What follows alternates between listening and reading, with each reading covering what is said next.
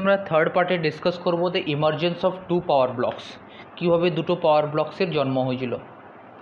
So first point এখানে বলা আছে the two super powers were keen on expanding their spheres of influence in different parts of the world.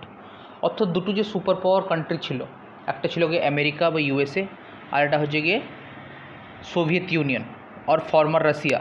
এই দুটো যে country ছিল, এই দুটো সুপার পাওয়ার কান্ট্রি ছিল, তাদের নিজের বিস্তার অর্থাৎ আমেরিকা চেষ্টা করেছিল অনেকগুলো কান্ট্রি যাতে তার গ্রুপের আন্ডারে আসে।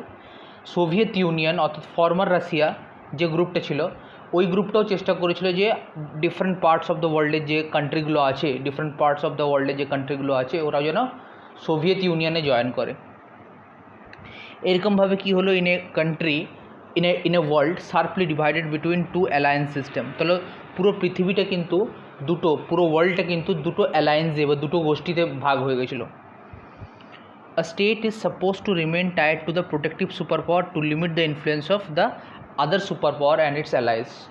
অর্থাৎ একটা দেশ, অর্থাৎ বিভিন্ন কন্টিনেন্টে, বিভিন্ন মহাদেশে, যেমন Asian continent, south Asian continent, মানে south eastern part of the Asian continent, আর আফ্রিকান কন্টিনেন্ট, এই যে বিভিন্ন মহাদেশগুলো ছিল, এই দেশের যে দেশগুলো, এই কন্টিনেন্টের যে দেশগুলো ছিল, ছোটো ছোটো দেশগুলো ছিল বা ছোটো বড়ো যে দেশগুলো ছিল, তারা কিন্তু যে কোনো একটা সুপার পাওয়ারের আন্ডারে তারা কিন্তু নিজেকে রাখতো, যাতে অন্য সুপার পাওয়ার যে কান্ট্রি, সেটা যেন এই সুপার পাওয়ার কান্ট্রির উপরে না প্রভাব বিস্তার করতে পারে। অর্থাৎ পুরো পৃথিবীটাই কিন্তু দুটো অ্যালায়েন্সে ভাগ হয়েছিল, দুটো গ্রুপে ভাগ হয়েছিল। একটা গ্রুপ হচ্ছে কি আমেরিকান নেতৃত্বে, আমেরিকা ছিল তখন একটা super power country after the second world war শেষ হওয়ার পর ইন 1945 আমেরিকা একটা সুপার পাওয়ার কান্ট্রি হিসাবে ইমার্জ করেছিল, এবং সোভিয়েত ইউনিয়ন ইউএসএসআর এটা একটা সুপার পাওয়ার কান্ট্রি হিসাবে জন্ম নিয়েছিল। সো কোল্ড ওয়ার পিরিয়ডে, টোটাল কোল্ড ওয়ার পিরিয়ডে এই যে দুটো সুপার পাওয়ার কান্ট্রি ছিল আমেরিকা এবং রাশিয়া, এই দুটো কান্ট্রি কিন্তু কী করছিল, অন্য যে দেশগুলো ছিল, পৃথিবীর যে অন্যান্য মহাদেশে যে অন্য দেশগুলো ছিল, ওই সব দেশগুলো কিন্তু হয় কেউ রাশিয়াতে জয়েন করছে, রাশিয়ার সঙ্গে হাত মিলাচ্ছে, নাহলে কেউ হচ্ছে আমেরিকার সঙ্গে হাত মিলাচ্ছে। কারণ অন্য সুপার পাওয়ারের প্রভাবটাকে কম করার জন্য কিন্তু এরা যে কোনো একটা গ্রুপে, অর্থাৎ বলতে গেলে কি পুরো পৃথিবীটা কিন্তু দুটো গ্রুপে বা দুটো অ্যালায়েন্সে ভাগ হয়ে গেছিলো।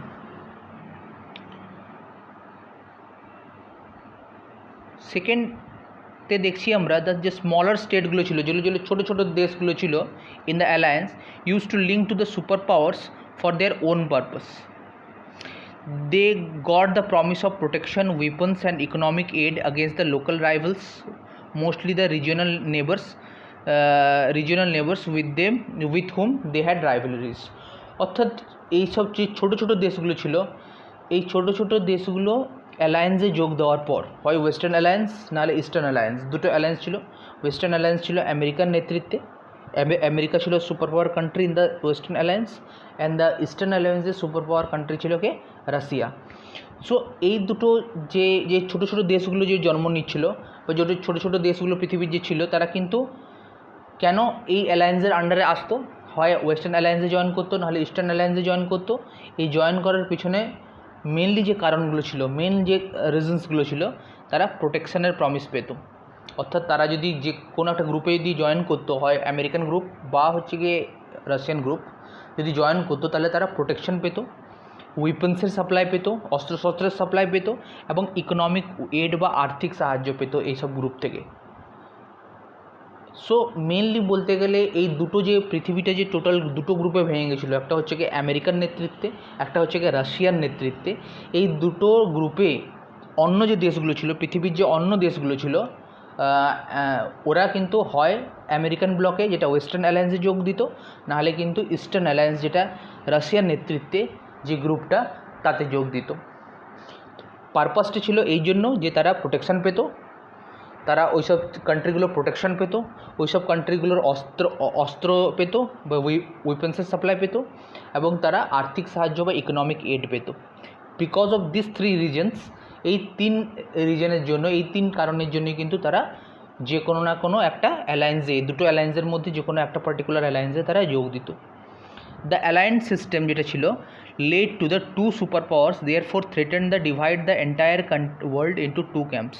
যেহেতু টোটাল এই যে অ্যালায়েন্স সিস্টেমটা ছিল, একটা অ্যালায়েন্সের নাম ছিল ওয়েস্টার্ন অ্যালায়েন্স, একটার নাম ছিল ইস্টার্ন অ্যালায়েন্স। এই যেহেতু পুরো পৃথিবীটা দুটো অ্যালায়েন্সে ভাগ হয়ে গেছিলো, দুটো অ্যালায়েন্স সিস্টেমে ভাগ হয়ে গেছিলো। একটা অ্যালায়েন্স সিস্টেম ছিল কার নেতৃত্বে? তাকে লিড করছিল আমেরিকা, আর একটা যে অ্যালায়েন্স সিস্টেম আছে তাকে লিড করছিল রাশিয়া।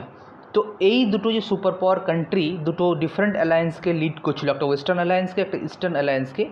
সো এটাতে একটা ভয়ের আশঙ্কার জন্ম নিল যে পুরো পৃথিবীটা এন্টায়ার ওয়ার্ল্ডটা কিন্তু দুটো ক্যাম্পসে ভাগ হয়ে গেছিলো, দুটো ভাগে ভাগ হয়ে গেছিলো। একটা হচ্ছে গিয়ে আমেরিকার নেতৃত্বে একটা ভাগ, যেটা ওয়েস্টার্ন অ্যালায়েন্স, একটা হচ্ছে গিয়ে রাশিয়ার নেতৃত্বে একটা ভাগ, সেটা হচ্ছে গিয়ে ইস্টার্ন অ্যালায়েন্স।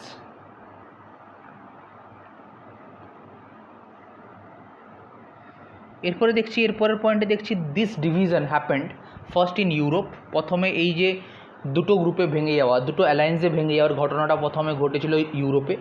তারপরে most countries of the western Europe অর্থাৎ ইউরোপের যদি আমি ম্যাপটা দেখি, ইউরোপ মহাদেশের আমি ম্যাপটা দেখি, ইউরোপ মহাদেশের যে পশ্চিমের দিকটা আছে, ওয়েস্টার্ন পার্টটা আছে, সেটা কার এতে যোগ দিল? সেটা ইউএস বা আমেরিকার সঙ্গে সাইডেড হল, মানে আমেরিকার সঙ্গে মিলল। এবং those in the eastern Europe, যেটা ইস্টার্ন ইউরোপের পার্ট ছিল, অর্থাৎ পূর্ব দিকে ইউরোপ মহাদেশের পূর্বর যে পার্টটা, ইস্টার্ন পার্টটা, সেটা কার সঙ্গে জয়েন করলো? তারা সোভিয়েত অর্থাৎ রাশিয়ার সঙ্গে জয়েন করলো। This is why that is why this were also called the western and the eastern alliance. সেই নয়, এটাকে দুটো ক্যাম্পে ভাগ করেছে পুরো পৃথিবীটা during the cold war period, অর্থাৎ শীতল যুদ্ধের সময় কোল্ড ওয়ার পিরিয়ডে কিন্তু দুটো ক্যাম্পসে ভাগ হয়ে গেছিলো। একটা ক্যাম্প ছিল ওয়েস্টার্ন ক্যাম্প, একটা ক্যাম্প ছিল কি ইস্টার্ন ক্যাম্প। এই ওয়েস্টার্ন ক্যাম্পে যে নেতৃত্ব করছিল যে কান্ট্রিটা, দ্যাট ইজ দ্য আমেরিকা। ইস্টার্ন ক্যাম্পে যে নেতৃত্ব করছিল তার নাম হচ্ছে গিয়ে রাশিয়া, ফর্মার রাশিয়া।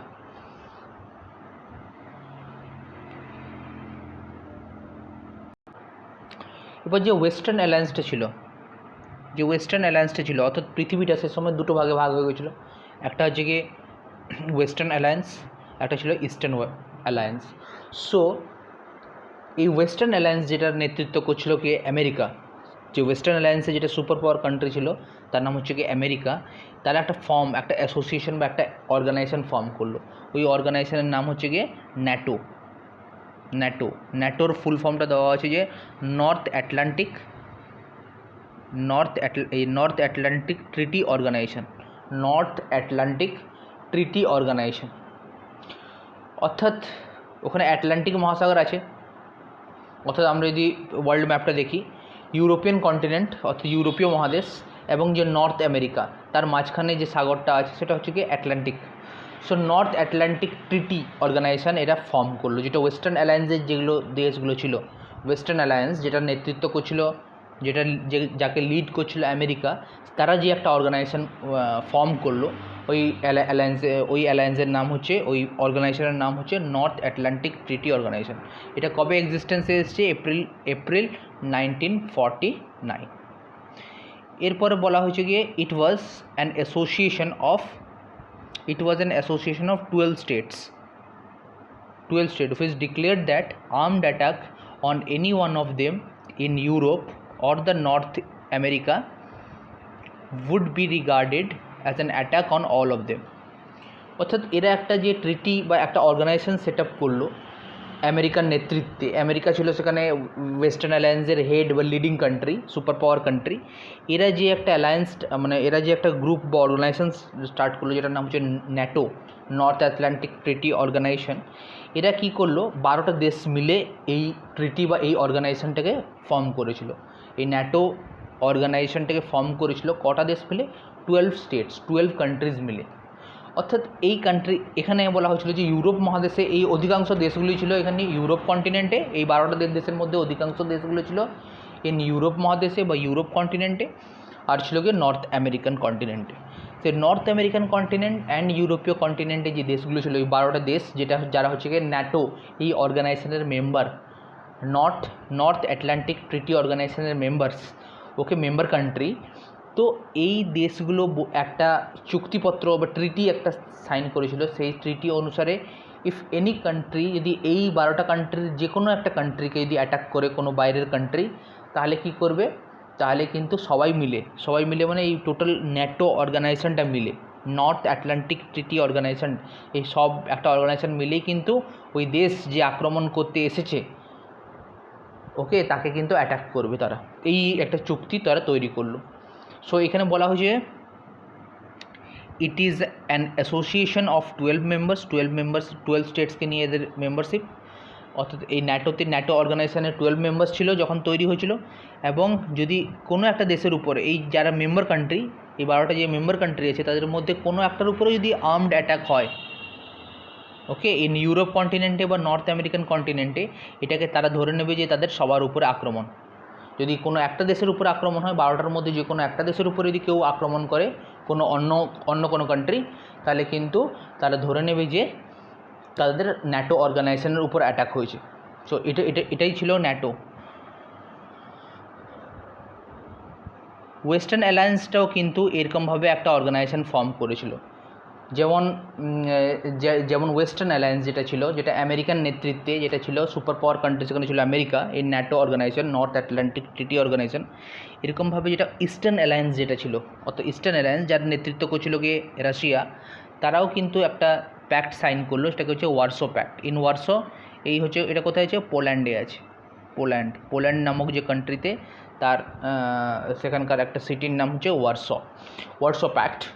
ইন ওয়ারসো প্যাক্টে কী হলো, led by the Soviet Union, it was created in which year, এটা 1955, মানে ন্যাটো যেটা ওয়েস্টার্ন অ্যালায়েন্সের নেতৃত্বে এটা তৈরি হয়েছিল ন্যাটো, সেটা হয়েছিল ইন দ্য 1949। আর এটা ওয়ারসো প্যাক্ট যেটা ইস্টার্ন অ্যালায়েন্স যে পার্টটা আছে, যে গ্রুপটা আছে বা যে ব্লকটা আছে, এই ইস্টার্ন অ্যালায়েন্স পার্ট যার নেতৃত্ব করছিল রাশিয়া বা ফর্মার রাশিয়া, তাদের নেতৃত্বে অনেকগুলো দেশ মিলে ওয়ারসো প্যাক্ট সাইন করলো তারা। এবং এটা হয়েছিল ইন 1955-এ। প্রিন্সিপাল ফাংশন ছিল, এর ফাংশনটা কি, এই যে ওয়ারসো প্যাক্টকে সাইন করার পিছনে কারণটা কি, ওয়ারসো প্যাক্টকে সাইন করার পিছনে কারণ হচ্ছে এটা ন্যাটো ফোর্স যে আছে, ইউরোপ বা নর্থ আমেরিকার যে ন্যাটো ফোর্স আছে, ওকে কাউন্টার করবে মানে ওটাকে মোকাবেলা করবে। অর্থাৎ ন্যাটোটা হচ্ছে কি আমেরিকান নেতৃত্বে, যে 12টা দেশ ইউরোপিয়ান কন্টিনেন্টে এবং নর্থ আমেরিকান কন্টিনেন্টে, এই 12টা দেশ মিলে যে তৈরি করেছে অর্গানাইজেশন, তার নাম হচ্ছে ন্যাটো। আর এইখানে রাশিয়া কী করলো, Russia on the other hand, তারা কী করলো, তারাও একটা অর্গানাইজেশন বানালো যেটার নাম হচ্ছে ওয়ারসো প্যাক্ট। এখানে দেখা যাচ্ছে, এই ম্যাপেই কিন্তু দেখা যাচ্ছে যে এটা ছিল সোভিয়েত ইউনিয়ন, অনেক বড় দেশ, লাল কালারের যেটা আছে সেটা হচ্ছে কি সোভিয়েত ইউনিয়ন। আর এই যে দেশগুলো দেখা যাচ্ছে, এখানে আইসল্যান্ড বা এখানে স্পেন, এখানে ফ্রান্স, এখানে টার্কি, এখানে ইটালি, এই সব গ্রিন কালারের যেগুলো, সেগুলো হচ্ছে গিয়ে ন্যাটোর পার্ট, মানে মানে ওয়েস্টার্ন অ্যালায়েন্সের পার্ট। এটা হচ্ছে ইস্টার্ন অ্যালায়েন্সের পার্ট, যেটা হচ্ছে গিয়ে সোভিয়েত ইউনিয়ন। এখানে ঠিক মতন বোঝা যাবে, এখানে কালারিং করা দেওয়া আছে, ইউএসএসআর যে লাল কালারের যেটা আছে, এটি হচ্ছে গিয়ে ফর্মার রাশিয়া, অর্থাৎ ফর্মার রাশিয়া, এটি হচ্ছে রাশিয়া। আর যে নীল কালারের এই যে ডিপ ব্লু কালারের যে কান্ট্রিগুলো আছে বিভিন্ন জায়গায়, এই ডিপ ব্লু কালারের যে কান্ট্রিগুলো যেগুলোতে মার্ক করা হয়েছে, সেগুলো হচ্ছে গিয়ে they are the members of NATO যে বললাম, ন্যাটোর মেম্বার ওরা। আর লাল রেড কালারগুলো, এগুলি হচ্ছে কি তারা ওয়ারসো প্যাক্ট সাইন করেছিল, ওয়ারসো প্যাক্টটা এর 1955-এ এটা হয়েছিল, আর ন্যাটোটা হয়েছিল 1949-এ। এরপর কী হলো, international alliance during the cold war era were determined by the requirement of the super powers and calculations of the, এবার Europe became the main arena of conflict. অর্থাৎ ইউরোপেই এই যে কোল্ড ওয়ারের যে জিনিসটা হয়েছিল, কোল্ড ওয়ার যে চলেছিল, এটা মানে ম্যাক্সিমামটা কোথায় চলেছিল, ইন ইউরোপিয়ান কন্টিনেন্টে, দুটো সুপার পাওয়ারের মধ্যেই যে লড়াইটা বা যে কনফ্লিক্টটা। In some cases, the superpowers were used their military powers and to bring the countries into their respective alliance. এটাতে ডিউরিং দ্য সেকেন্ড মানে কোল্ড ওয়ার পিরিয়ডে আমরা দেখবো যে সুপার পাওয়ার কান্ট্রিগুলো ছিল দুটো, আমেরিকা এবং রাশিয়া, তারা কিন্তু তাদের মিলিটারি পাওয়ারও ইউজ করেছিল।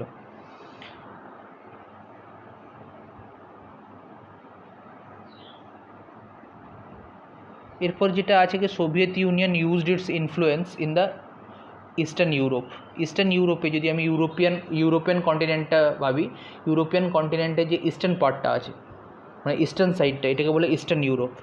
এখানেও কিন্তু ওদের প্রেজেন্স ছিল সোভিয়েত ইউনিয়নের, এবং যে ইস্টার্ন হাফ অফ দ্য ইউরোপটা, এটা কিন্তু ওদের ইনফ্লুয়েন্সে ছিল। ইউরোপ মহাদেশের যে পূর্ব ভাগটা বা পূর্ব ইস্টার্ন পার্টটা, এটা ছিল গিয়ে সোভিয়েত ইউনিয়নের ইনফ্লুয়েন্সের আন্ডারে। আর যেটা ওয়েস্টার্ন পার্টটা ছিল, সেটা ছিল কার আন্ডারে? সেটা হচ্ছে ন্যাটো, যেটা হচ্ছে গিয়ে ওয়েস্টার্ন অ্যালায়েন্সের আন্ডারে।